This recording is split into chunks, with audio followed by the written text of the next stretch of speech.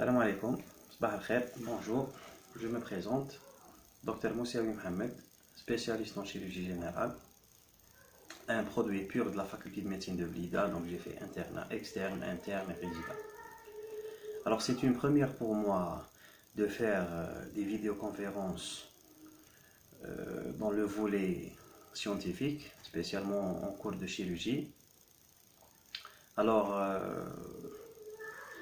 je veux vraiment apporter mon aide pour les étudiants en médecine, spécialement en cours de chirurgie. Je connais très bien la situation, je connais comment ça se passe, je connais les difficultés.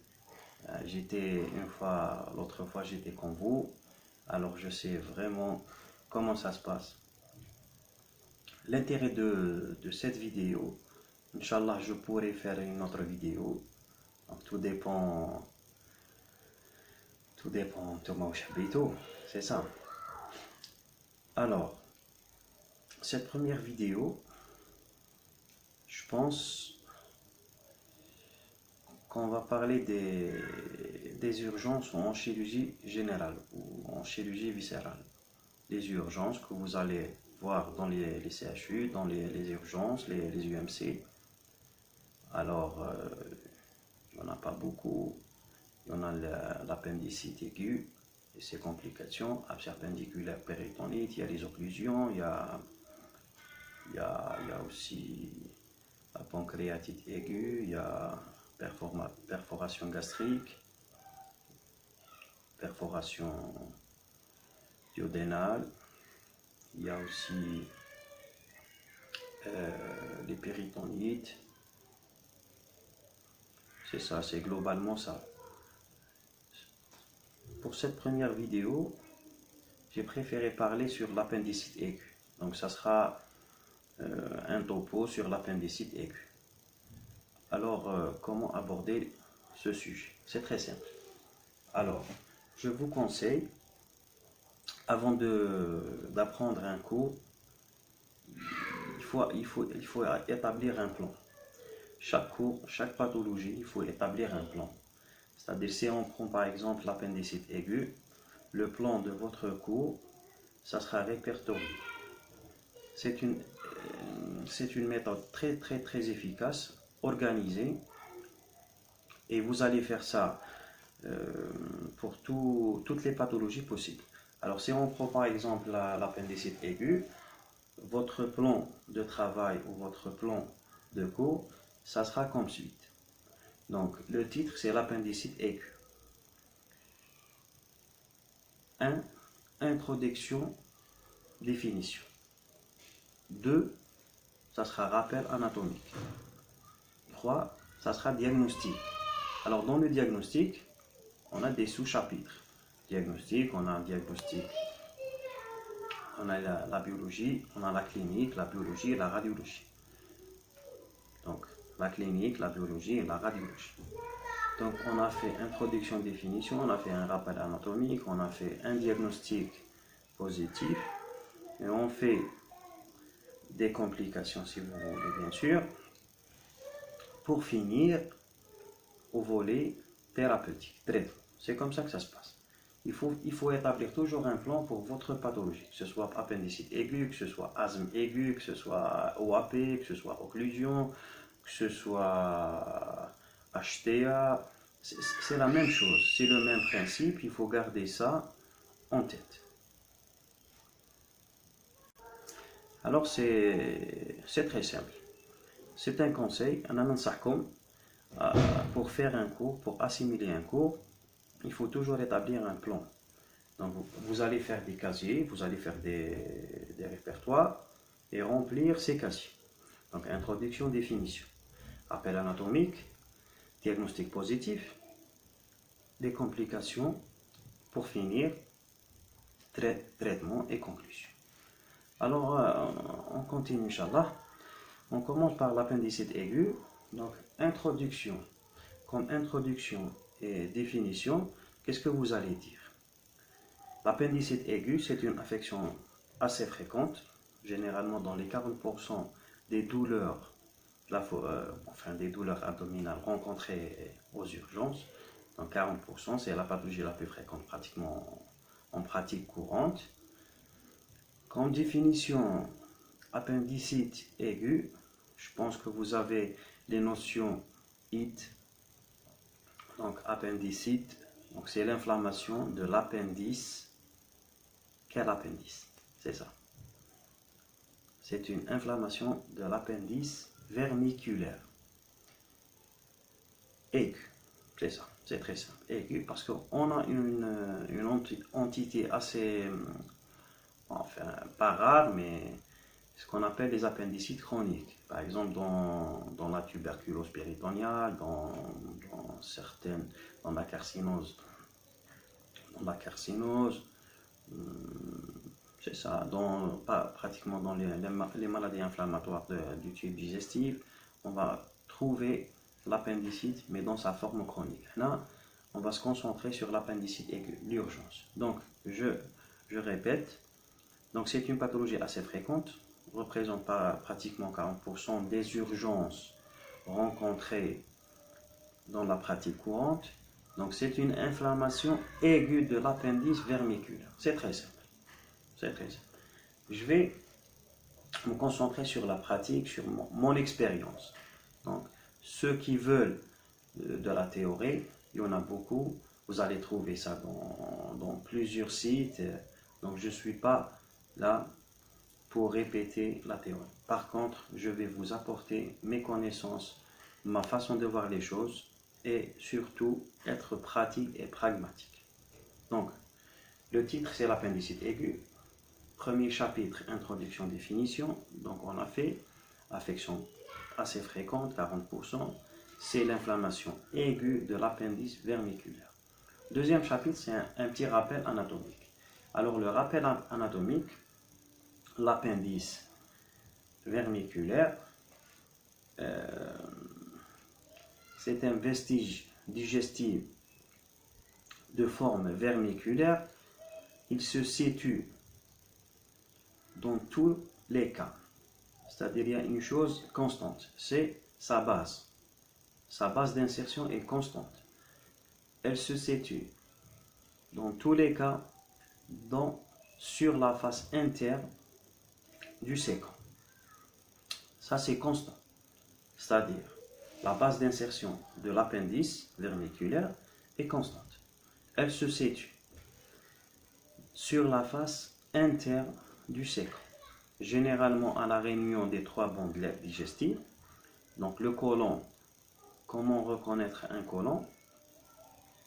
On a des bandelettes, des lignes, c'est un épaississement musculaire. On a trois bandelettes. Alors la réunion des trois bandelettes constitue la base d'insertion de l'appendice, généralement 2 à 3 cm au-dessous du carrefour iliosécal, généralement à 2-3 cm. Je répète, donc l'appendice est un vestige lymphoïde digestif de forme vermiculaire. Sa base d'insertion est constante qui se situe sur la face interne du séquent, pratiquement à la réunion des trois bandelettes musculaires, 2 à 3 cm au-dessous du carrefour iliosécal. Ça, c'est la disposition anatomique habituelle. Donc, on a ce qu'on appelle les formes anatomiques. Ce sont des formes de position, pas de position de la base, parce que j'ai dit que la base est constante. Donc, ce qui varie, c'est l'orientation de l'appendice. On va parler d'un appendice rétrosécal quand l'appendice se trouve au-dessous du séquent.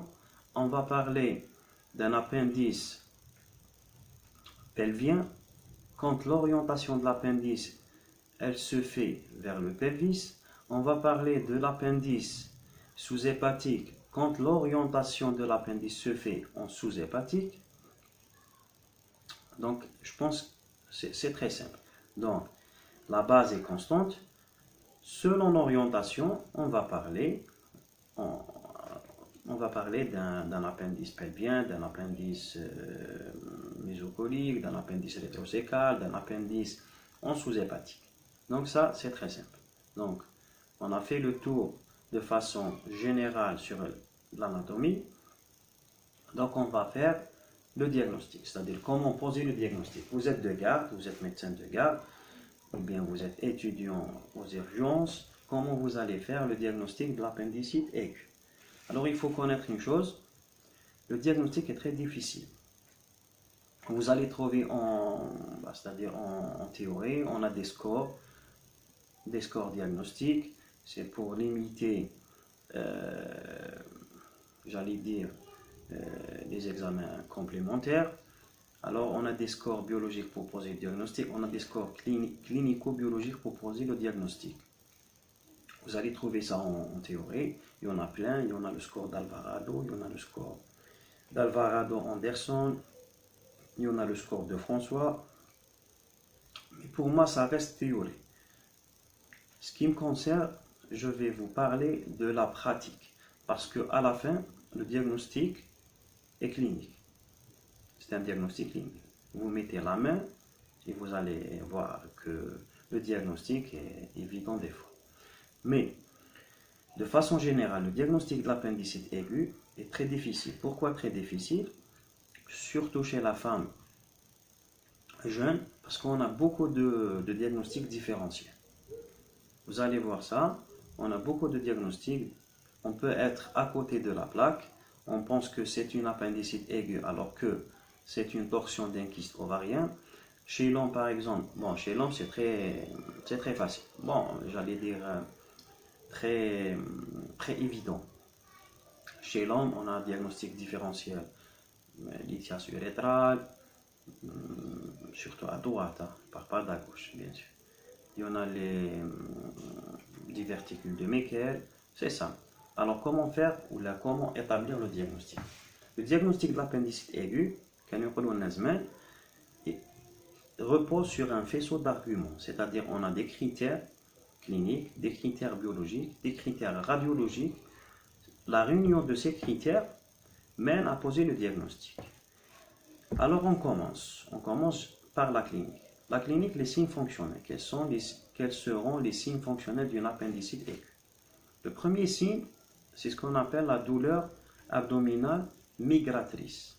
Pourquoi migratrice? Parce que de façon théorique et générale, la douleur commence en épigastrique avec localisation secondaire dans la fosse iliaque droite. C'est une douleur typique de l'appendicite aiguë. Elle commence en épigastrique, dans la région épigastrique, qui se propage, ou bien on dit douleur secondaire, dans la fosse iliaque droite. Ça, c'est typique pour l'appendicite. C'est une douleur typique. C'est une douleur aiguë, permanente. Douleur aiguë et permanente. Ça, c'est le premier signe. Deuxième signe, on peut avoir des signes digestifs comme la nausée, vomissement, diarrhée. Pratiquement, c'est ça. Ce sont des signes non spécifiques. Donc, pour les signes fonctionnels, on a la douleur abdominale migratrice, qui siège initialement dans la région épigastrique, secondairement dans la fosse iliaque droite. On peut avoir des nausées, des vomissements, même des diarrhées, des troubles de transit. Ça, on peut avoir aussi un fébricule, pas de fièvre, généralement 37,8 jusqu'à 38, parce que l'appendicite aiguë au début, on peut même être apéritif au début, mais généralement c'est un fébricule. C'est un fébricule 37,8, 37,9, 38, jamais 38,5, 39, jamais. Si vous avez une température qui dépasse les 38,5, ce n'est pas une appendicite, c'est une complication de l'appendicite, un abcès ou une péritonite. On va voir ça dans une seconde étape. Alors, douleur abdominale migratrice, nausées, vomissements, troubles du transit, fébricule 37,5, généralement 37,5. On passe à l'examen clinique. L'examen clinique, il faut faire un examen minutieux, il faut rassurer le patient, il faut être calme, il faut être serein. Donc un patient décubitus dorsal bien sûr. Flexion, légère flexion des genoux. On commence, on se positionne à droite du patient. On commence toujours l'examen par une inspection. L'inspection est très importante. On va voir le thème des téguments. On va voir aussi la respiration abdominale. On va voir aussi la position antalgique du patient. Ça, c'est l'inspection. Deuxième étape, la palpation. Alors, pour la palpation, on se met à droite du patient. On commence toujours par la région la moins douloureuse. Donc, généralement, on commence par le côté gauche de l'abdomen, donc soit la fosse iliaque gauche, soit le flanc gauche, soit l'hypochondre gauche. Donc, toujours par la région la moins douloureuse. La palpation, qu'est-ce qu'on va trouver à la palpation? Généralement, à la palpation de la fosse iliaque droite, dans le cas d'une appendicite simple catarrhale, généralement une légère sensibilité, vraiment légère sensibilité. C'est-à-dire, si vous trouvez par exemple une défense, c'est qu'on n'est plus dans le cadre d'une appendicite aiguë catarrhale. On est un petit peu avancé là. Mais généralement, on trouve une sensibilité légère, on trouve une défense. C'est ça, c'est ce qu'on... Ensuite, il y a le Rovsing, il y a le Trucadic. Bon, vous pouvez les lire en théorie, mais en pratique, c'est généralement une sensibilité de la fosse iliaque droite ou une défense carrément. Donc, inspection, palpation, l'auscultation, c'est pas la peine, la percussion, c'est pas la peine. On termine notre examen toujours par un toucher rectal. C'est un geste très simple. Un toucher rectal, c'est ce qu'on appelle une douleur au niveau du cul-de-sac. C'est très simple. Donc, je récapitule. Les signes fonctionnels, c'est une douleur abdominale migratrice qui siège au niveau de l'épigastrique, secondairement dans la fosse iliaque droite. On peut avoir des nausées, des vomissements, troubles du transit, à savoir des diarrhées. Alors, fébrécure 37,5 ou carrément apéritique. À l'examen clinique, généralement une légère sensibilité de la fosse iliaque droite ou même une défense. Alors, toucher rectal, une douleur au niveau du cul-de-sac. Donc, on a des arguments cliniques. On passe à la biologie. Vous allez demander une formule. Vous allez demander VS et CRP. Donc, le bilan inflammatoire. Formule, VS et CRP. Généralement, alors, on a terminé le volet clinique. On passe à la biologie. La biologie, je vous ai dit qu'il faut demander une formule et un bilan inflammatoire, VS-CRP. Alors, VS-CRP, généralement CRP positif. VS légèrement accéléré, puisque l'appendicite aiguë c'est une inflammation. C'est très logique, on trouve ça, ces deux paramètres perturbés. Alors pour la formule, soit on la trouve normale, soit une légère hyperleucocytose. C'est vraiment plus de 10 000 bien sûr, mais généralement on la trouve normale, donc formule normale. Donc clinique biologie, on passe aux examens complémentaires radiologie. La radiologie standard, on commençait toujours par ASP, mais pour moi, je le demande rarement, mais il faut le garder dans l'esprit. Bon, vous allez trouver ça en théorie, mais pour moi, je le demande presque jamais. Alors, premier examen non invasif et rapide et facile à faire, c'est l'échographie. Au mieux, le scanner. Donc, échographie, au mieux, le scanner.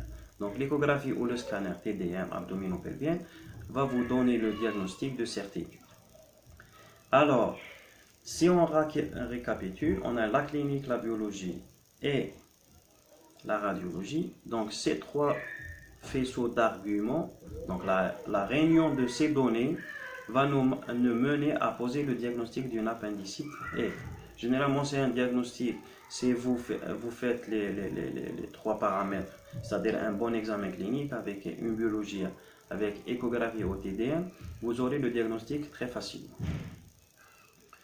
Donc, le troisième volet, au troisième chapitre, ou quatrième chapitre, je pense, on a fait l'introduction, définition, rappel anatomique, la clinique, donc les complications. Les complications d'une appendicite aiguë, donc soit un abcès appendiculaire, soit carrément une perforation de l'appendicite aiguë, donc c'est la péritonite appendiculaire. Donc là, c'est un tableau clinique bruyant.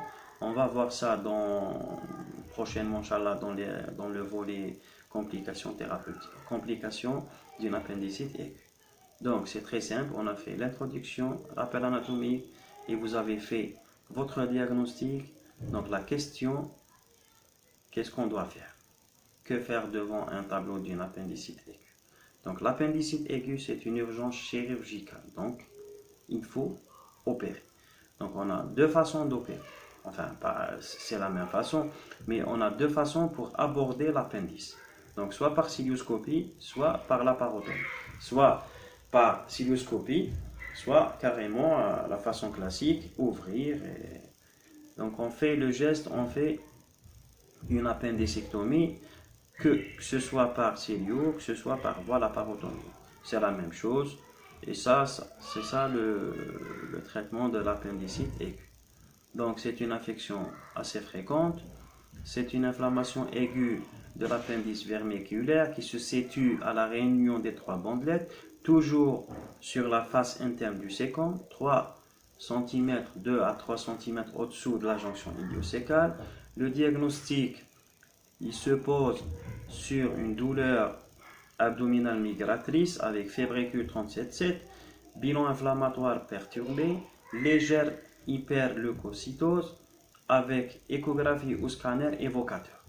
Donc, le malade doit être hospitalisé à jeun, antibiothérapie et intervention chirurgicale, que ce soit par cilio ou par voie classique, laparotomie. Donc, le geste est le même, c'est une appendicectomie. Appendicectomie. Je pense que c'était rapide, c'était une première pour moi. Alors les gens, les mafahmouch ou les habou plus d'informations, marhaba bikoum sur ma page Facebook. Ma page Facebook c'est le même nom, c'est-à-dire c'est le même nom de la chaîne, c'est Mohamed Moussaid. Marhaba bikoum pour vos questions. Même حاجة ما فهمتوهاش قولوا لي اللي حبيتوها, je sais pas, je vais essayer de collecter des infos comme ça pour vous aider. مرحبا بكم sur ma page أرواحوا الفيسبوك, قولوا لي واش حبيتو ونديروا une autre vidéo إذا عجبتكم. Merci beaucoup, يعطيكم صحة.